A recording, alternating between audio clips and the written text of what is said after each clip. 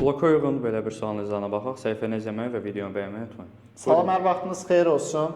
Deməli, Euler-Venn diaqramına əsasən uyğunluğu müəyyən etməyimizi istəyir bizdən və Qəznəlilər dövləti və Sazilər dövlətinin müqayisəsini istəyir. Deyir, Rey şəhərinin ələ keçirilməsi. Rey şəhərinin ələ keçirilməsi hər iki dövlətə aid olacaq. Sultan Mahmud Qəznəlinin dövründə Qəznəlilər dövlətində, Sacilər dövlətində isə Yusif ibn Əbi Sacın dövründə Rey şəhəri ələ keçirilmişdi. A, yəni ortağa gedəcək.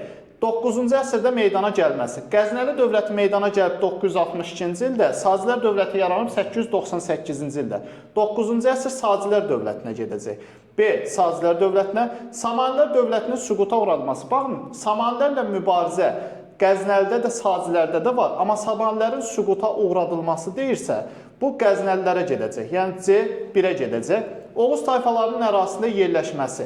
Sacilər dövlətinin ərazisində Oğuz tayfalarının yerləşməsi haqqında məlumat almamışdır. Amma Qəznəlilər dövlətində Sultan Mahmud Qəznəli Oğuzların Xorasan ərazisində yerləşməsinə icazə vermişdi. Yəni D 1-ə gedəcək. Ərəb xilafətinə xəracın dayandırılması, Sacilər dövlətinə gedəcək. 912-ci ildə baş verir bu hadisə. Y də gedəcək 2-yə. Deməli 1-ə C, D, 2-yə B və Y, 3-ə isə A, cavabımız olacaq Y variantı. Dərslərimizə qoşulmaq üçün 055 597 0151 nömrəsi ilə əlaqə saxlaya bilərsiniz. Sağ olun.